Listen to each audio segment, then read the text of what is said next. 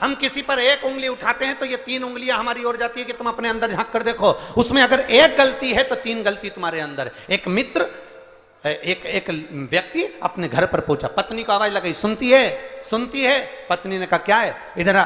पत्नी ने पूछा क्या बात है, सुनो, आज शाम को मेरा दोस्त खाना खाने आएगा, आज शाम को मेरा दोस्त भोजन करने आएगा।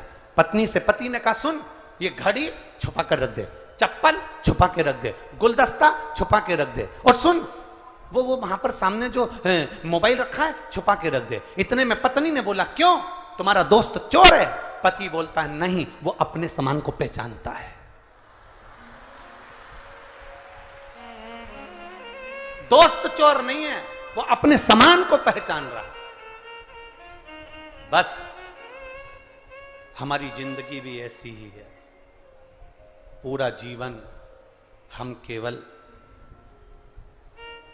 पूरा जीवन केवल दूसरों के ऐब ढूंढने में लगे रहे।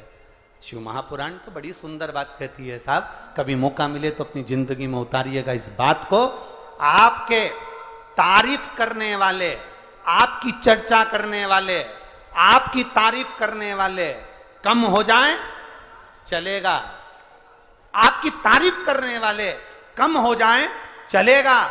शिव महापुराण कहती है पर आपकी निंदा करने वाले कम नहीं होना चाहिए, बढ़ना चाहिए।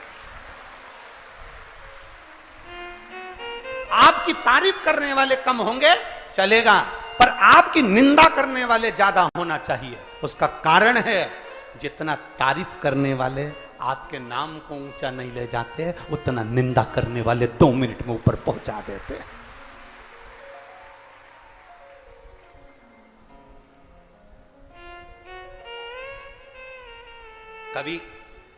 कभी आपने कहीं सुना कि किसी ने ब्रह्मा जी की निंदा करी? कभी आपने कहीं सुना कि भगवान विष्णु की किसी ने निंदा करी? कभी आपने सुना कि मां देवी की किसी ने निंदा करी? कभी आपने सुना कि भगवान दत्त की किसी ने निंदा करी? कभी आपने सुना कि सूर्य, चंद्रमा, ग्रह इनकी किसी ने निंदा करी? मृत्यु लोक में सबसे ज्यादा अगर निंदा किसी देव की होती है तो वो देव अधिदेव महादेव की होती है। लोग कह देते हैं पत्थर है, लोग कह देते हैं शिवलिंग है, लोग कह देते हैं ऐसा है, जबरदस्ती पत्थर पर जल ढोले जा रहे हैं, जबरदस्ती लोग मंदिर जा रहे हैं। सबसे ज्यादा निंदा मेरे देव अधिदेव महादेव की होती है। और आप अंदाजा लगा कर देख लो, आज के समय में भारत की भूमि पर जितने किसी देवता के मंदिर नहीं है, उससे दुगने मेरे महादेव के मंदिर है, उससे दुगने। आपकी तारीफ करने वाले कम होंगे चलेगा, आपकी तारीफ करने वाले कम हो जाएंगे चलेगा, कोई फर्क नहीं पड़ेगा, पर आपकी निंदा करने वाले कम नहीं होना चाहिए। भगवान से प्रार्थना करना, क्योंकि निंदा उसी की होती है जो ऊंचाई पर चढ़ रहा होता है, जो आगे बढ़ रहा हो। निंदा करने वाले कम ना हो। शंकर जी की कितनी निंदा करी भगवान शिव जी, ओगरदानी, त्रिकालदर्शी, जिनकी धर्म पत्नी माता सती, और सती मैया को कितना ज्ञान दिया, पर सती माता को ज्ञान तो दिया, पर सगे ससुर ने, यहाँ कोई नहीं बैठा होगा जिसका ससुर गाली बका हो मुंह पर।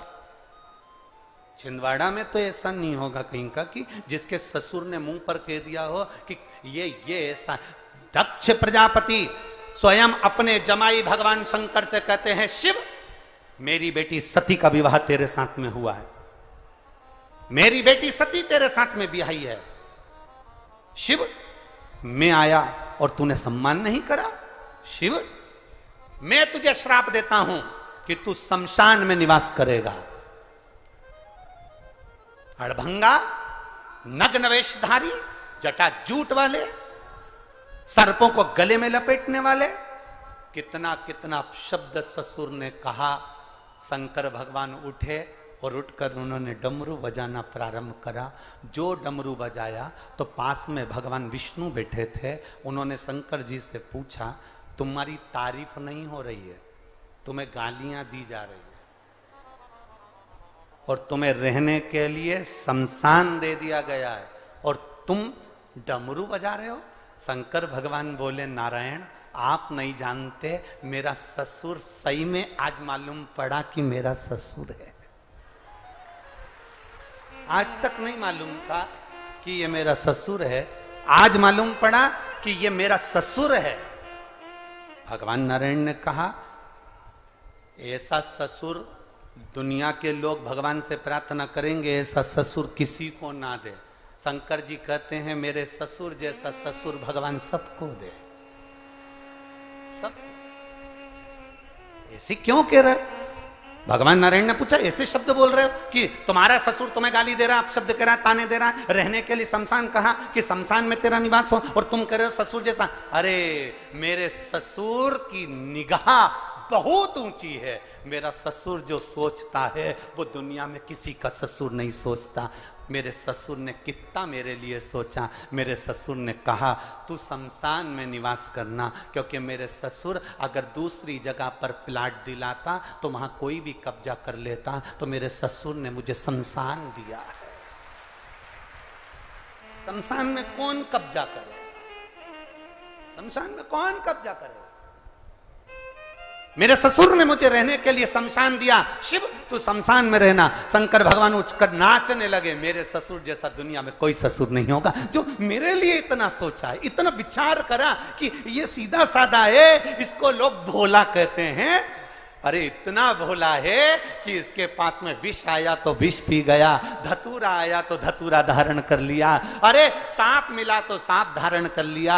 इतना भोला मेरा जमाई है। अगर मैं इसको कहीं दूसरी जगह प्लाट दिला दूंगा और मकान बना दूंगा तो ये किसी को भी दान दे देगा। इसलिए इनने कह दिया कि तू शमशान में रहे। शमशान में कोई ना तो कब्जा करेगा और ना कोई शमशान दान लेगा। शमशान शमशान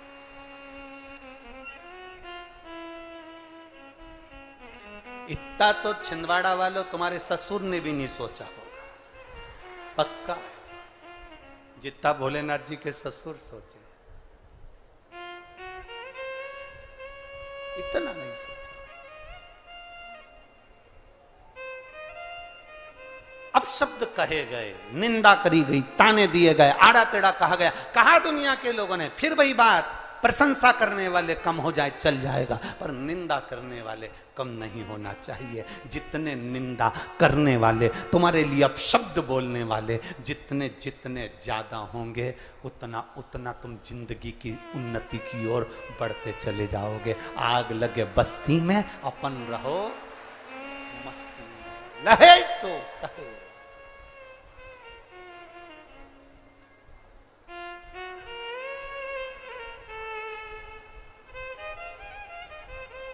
पतंग उड़े आकाश माने, डोर थारा हाथ मां। ओ वल्लभ म्हारी पतंग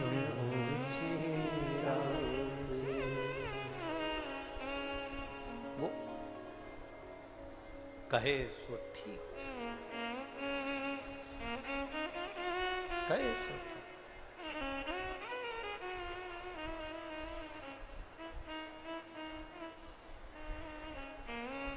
भोले मैं तेरी पतंग, शंभो मैं तेरी पतंग। बाबा तेरे चरणों की मैं दासी, तेरे भजन में मेरा चित्त रमे, तेरे भजन में मेरा मन रमे, तेरी भक्ति में मेरा चित्त रमे। एक भी अणु लेते हैं श्वास तेरी कृपा से तनो तनो। आप बैठकर कथा श्रवण कर रहे हैं, भजन कर रहे हैं, शिव तत्व की प्राप्ति कर रहे हैं। हजारों वर्ष के तप का जो फल होता है वो सत्संग में अगर जाकर बैठ गए, शिव महापुराण में अगर जाकर बैठ गए तो एक क्षण के सत्संग में वो फल प्राप्त हो जाता है। एक क्षण के सत्संग में वो फल आपको मिल जाता है। एक क्षण के सत्संग। वशिष्ठ बाबा और विश्वामित्र जी दोनों में आपस में विवाद हुआ, दोनों में आपस में।